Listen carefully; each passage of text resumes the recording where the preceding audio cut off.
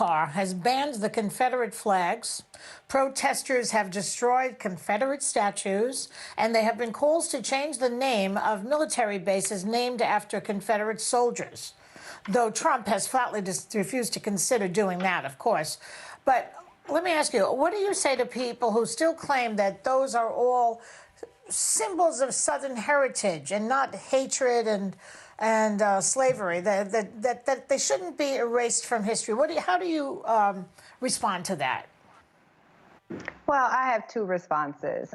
One, we create monuments to glorify things. And so getting rid of a monument is not erasing history. The history is still there. You can read about it in books. You can go to museums. You can watch movies. But we don't need to be glorifying people who were traitors against this country, who took up arms against the United States in order to preserve slavery. As for the argument that it's about heritage and about the South, that erases that half of Black Americans live in the South, and they are Southern, and they certainly don't consider that to be their heritage. You could say that a Nazi flag is the heritage of someone, but that doesn't mean that you should fly it. So this is a reckoning that's been a long time coming. I think we need to really understand how degrading and demeaning it is to expect Black people to go into buildings and to go into parks with images and statues glorifying the people who fought to keep them enslaved. NIkole, people like top White House advisor Larry Kudlow insists there is no systemic racism in policing or in America, really, at large. But you say police brutality against Black Americans has a distinct history rooted in so-called slave patrols.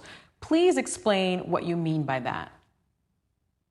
Well, first, let me just say, whenever they say that, they offer no evidence that it's not systemic, that racism is not systemic in law enforcement. They just have a feeling.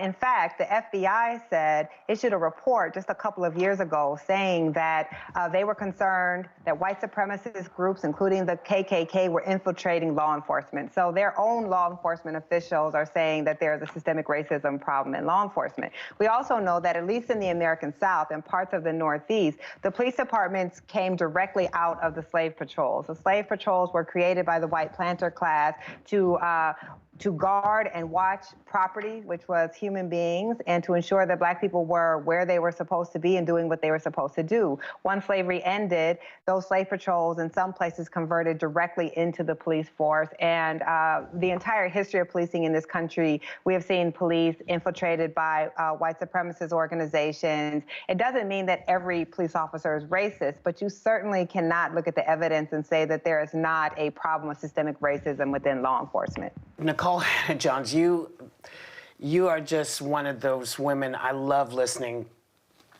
to because it's always enlightening. And so thank you for coming and being with us, particularly on this day.